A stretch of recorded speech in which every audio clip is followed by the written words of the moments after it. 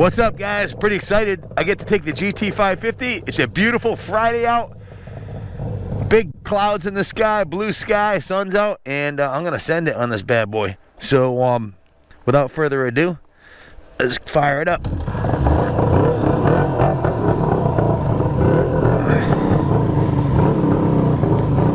Love the sound of that two-stroke motor.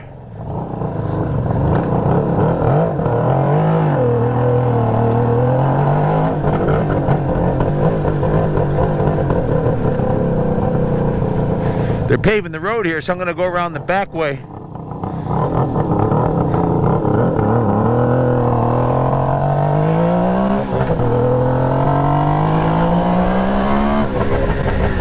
Nothing like the sound like a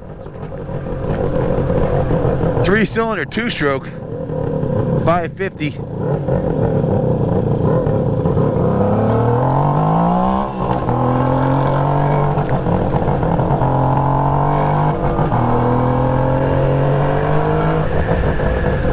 Brakes work awesome. Telescopic front forks are nice. Shocks work good. Brand new tires. Hooks up beautifully. I'll take it out on the open road now.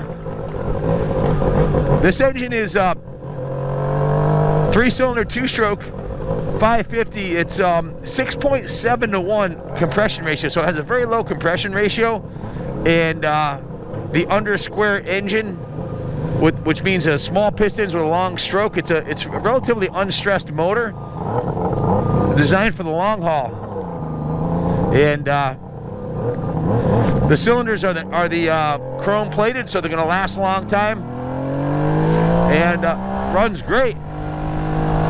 Plenty of power, 54 horsepower. From 3,500 RPM up, it pulls like a freight train. Pulls great.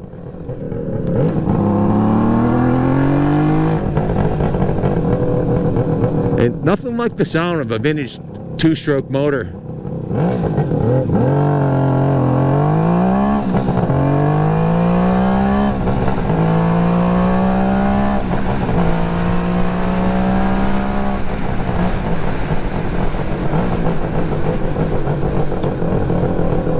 It's got a 4-gallon gas tank and gets close to 50 miles to the gallon, so just under 200-mile range on a tank of gas, which is plenty.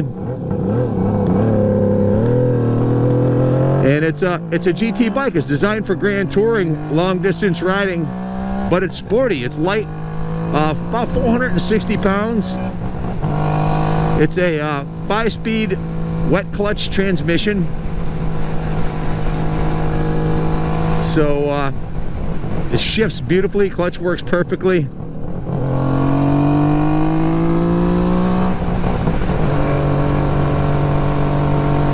Very nice riding bike.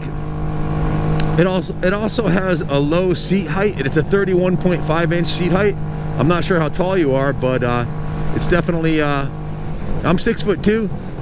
I sit more than flat foot on it, but with 31-inch seat height, it's pretty low. It's got a long, flat seat. The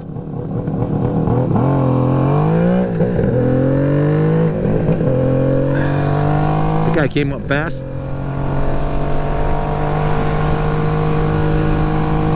Mirrors look awesome. They're placed perfectly. You can see behind you, and I love the handlebars. They're just in the right spot. Again, everything works beautifully on this bike, and it handles really nice with these Conti tires on here. They're definitely, the tire technology has come a long ways in the last 45 years.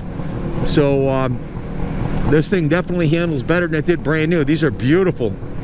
Handles really nice.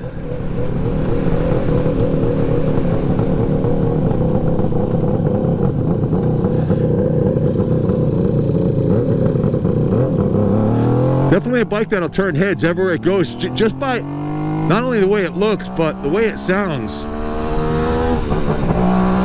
It's got a really unique sound, like nothing else on the road. The only thing that would come close is a Kawasaki H1 500. Very nice handling bike.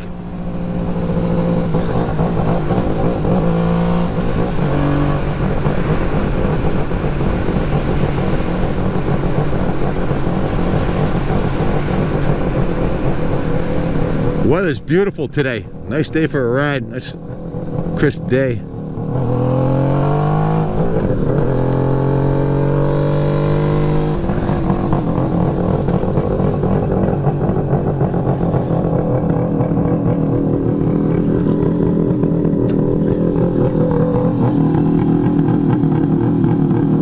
Put the gas on reserve. See, it's got the gold chain. Listen to that idle.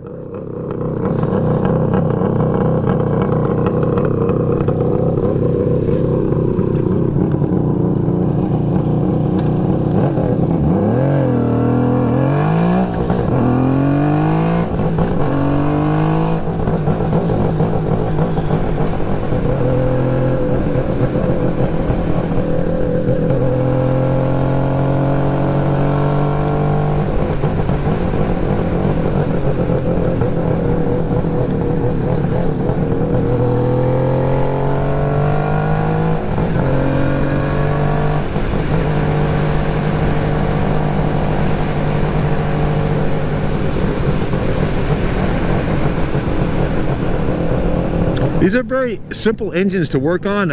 Even a backyard mechanic could do a ring job or replace the pistons on this. It's very simple. It's not like a 4-stroke where you have the cam chain and the valves and everything else. Heck, when I was in high school, I had a Suzuki 100. I used to take the top end off and bring the cylinder to school and polish the ports in during the brakes. So it's a bike that you can service yourself. Very simple machine to work on.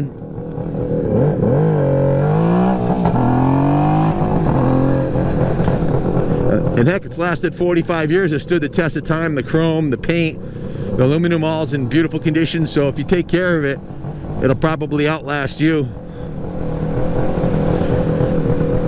So if you've been following us on social media, you know the road's getting replaced here. So a little bit inconvenient trying to get in, but it's going to be worth it. I can't wait to see the road redone. It's going to be such a game changer for us here, because the road was really old and beat up. Nice truck.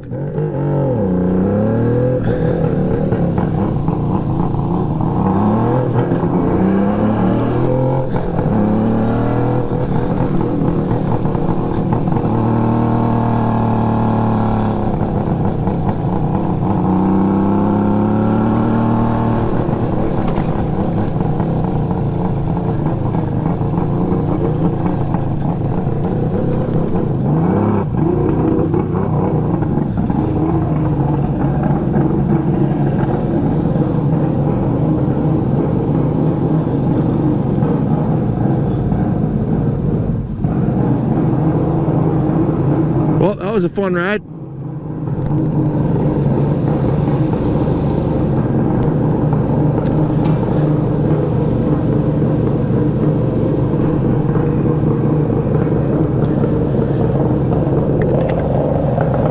Nothing like the sound of a 2-stroke. Listen to this thing. I know I've said it probably 4 times already, but it's just awesome. Beautiful running bike.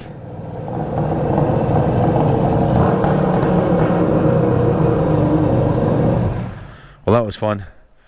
I guess I have the best job in the world. Thanks for watching. Stay tuned, and God bless America. Hey guys, it's Ken Kaplan here from the New England Motorcycle Museum. Happy Friday the 13th. It's also a full moon today, and I ate a cake for breakfast, so I'm feeling a little one of Christie's cakes, so I'm totally jacked up on sugar, and I'm about to have a blast. Stay tuned. We're going to take this classic 1975 Suzuki GT550 3-cylinder 2-stroke out for a rip. But before we do, I want to tell you a little bit about it. This is a 1975 Indy model, they call it, the GT550 Indy, and the GT stands for Grand Touring. This was Suzuki's touring model, and it was built to compete with the Kawasaki H1 Mach 3, and in many ways it surpassed the capabilities of the Mach 1 in that for a long distance bike it was much better and very reliable motor. Starting with the engine, this is an under-square engine. That means it has small pistons in a long stroke. It's long stroke crankshaft with a small bore piston. It's a 2-stroke, 3-cylinder. That means there's 3 pistons, 3 exhaust pipes, and it has oil injection on it. So it's carbureted, 3 separate carburetors, and it's if you look at the front of the pipes here, can you take the camera off the stand and bring it over here, so you got to kind of get underneath the bike to see this? This exhaust system is unique in that it's a 3-cylinder with 4 exhaust pipes on the back, and it gives it a balanced look, a balanced weight, and it also has these connectors right here, both at the front of the motor, and then the center pipe. The center pipe goes into the left and right cylinder, and also splits out into 2 other ones. A very intricate system that Suzuki had developed to increase the torque of the motor, and you can see it's in excellent condition. There's no issues with rust through on this side of the pipe at all, nor is there any damage. It's the original exhaust system on the bike. This particular bike is actually the nicest. When I originally saw it, I was like, wow, what a beautiful repaint. And then I talked to the owner. He's owned it for 25 years. This is the original paint job. This is not a repainted motorcycle. And when we bought it into the shop, we pulled the side panels off. They're like jewels. They're in perfect condition. They're just beautiful. The paint quality, the chrome on the chain guide is beautiful. But back to the technology of this bike. Look at the back of it, Kenny. Look at the 4 exhaust pipes coming off the back of this bike. You got to look at it from straight in the back, from way over there, and you'll see there's 4 pipes. It's a 3-cylinder into 4. 5-speed transmission. This 1975 model, it was originally introduced in '72, and they had a lot of upgrades to it over the years, including the carbs were much better and more advanced on it. And back to the engine. Come to the front here. I got to show you the ram air system on this. You can see it says ram air on the side, but if you look closer, the inside cylinder naturally is going to run hotter, right? Because you got the outside cylinders rubbing up against it. Look at the fins. The fins on the inside cylinder are much larger than the outside, and the ram air is directing most of the air to the middle. It has a 50% more ram air space on the middle cylinder. So the middle cylinder is going to run cooler and give that engine the longevity that it needs, because engines lose power when they run hot and they wear out. So this 75 model also had a chrome bore. The original ones were just a steel bore. This is a much more durable bore on this one, so they're known to go for miles and miles on original bore. The exhaust systems on these are naturally coated by oil because it burns oil, so the exhaust system, unlike a 4-stroke from that era, is much less prone to rotting out. So a very awesome engine, 5-speed transmission. This year had a indicator, an LED gear position indicator that comes up in red when you're riding the bike. The original gauges are in beautiful shape, showing 20,679 miles on the odometer. The forks on the bike for the 75 model, they originally came with big rubber gaiters on them, and one of the engineers figured out, wow, we're putting these big rubber gaiters on here. That's directing the air away from the engine. So they came up with this telescopic fork, which for 75 was much improved with interior dampening and exterior change and modifications that made it a better fork, and also the engine obviously would be cooled better.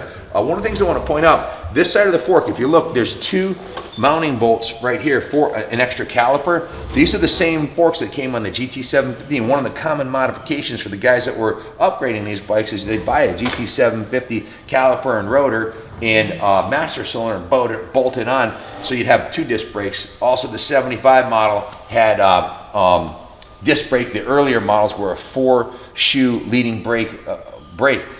Look at the brake cable. You can see this is a new brake cable, and the caliper looks brand new. I believe it's the original one, but it looks brand new. The rim is in excellent shape, and it's also been upgraded to a set of the Conti Go tires. Real nice, more modern, better compound front tire, and the front tire still has the nubs in it as does the rear. So it's got a new set of tires on it, it's got a new battery in it, and it also has a new gold chain, upgraded chain. So that's pretty much a summary of some of the technological advancements from 72 to 75. This motorcycle is rated at 54 rear wheel horsepower and has a top speed of 115 miles an hour and is rated for 44 miles per gallon. That will be a little better or worse depending on your riding area. They've been known to get as much as 50 miles per gallon under the right conditions. So very fuel efficient. It'll run regular gas because of the under-square motor without detonating at all. It's designed for grand touring, so you can take this thing cross country tomorrow if you want to, and you'll be comfortable. The riding position on this particular model, one of the reasons the bikes in the 70s are so popular is they're so comfortable. The seat is long and flat. and it's just a super comfortable piece.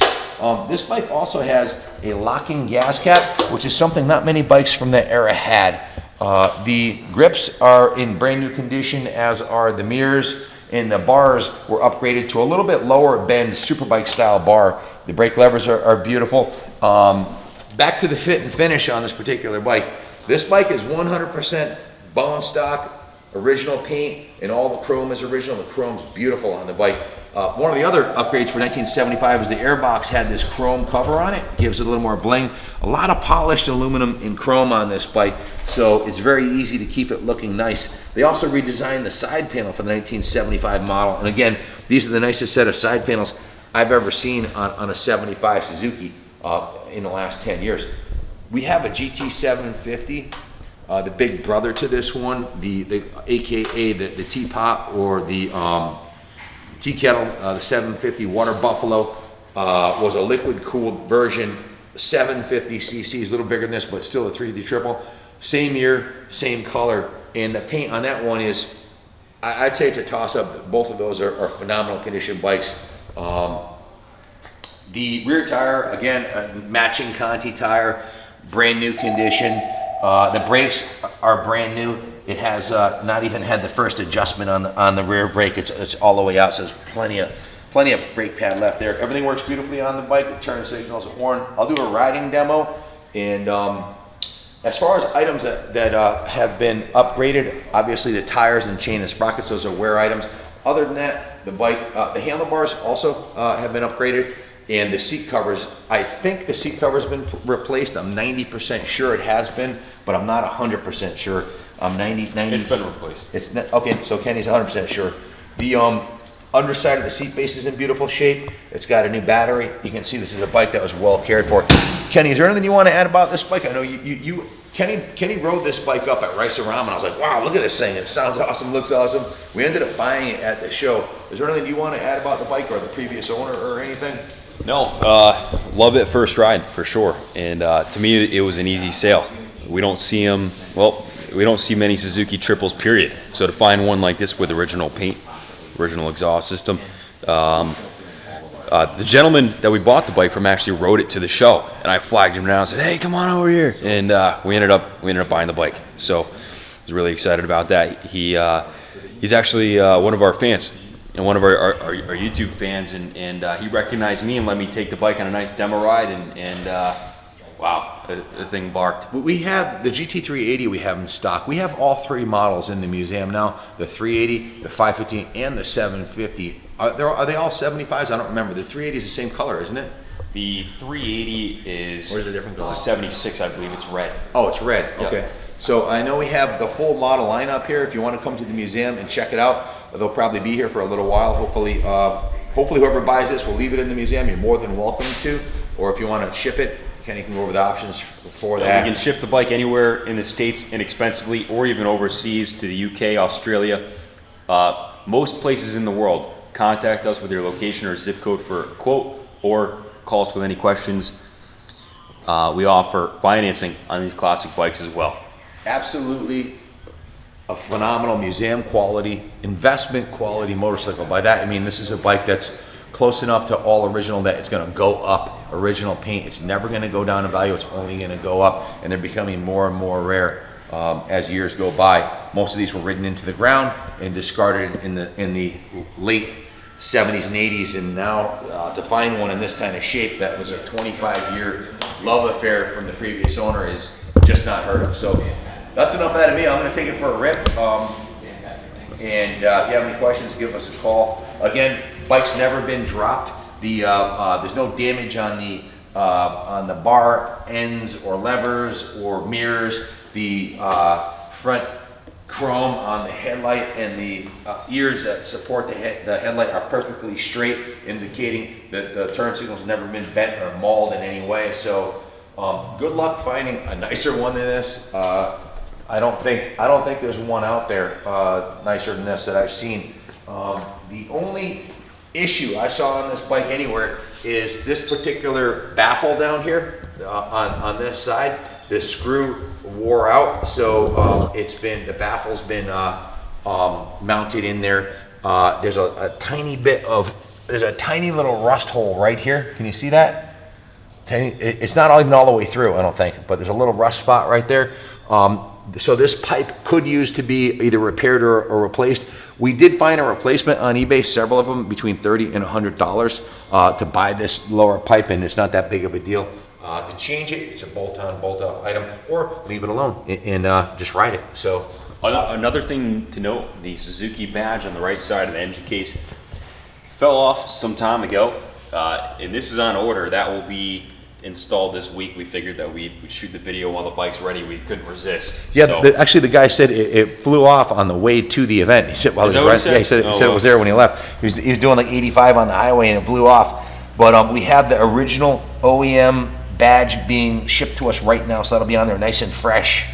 So that's something to point out, right? Yeah. Well, without further ado,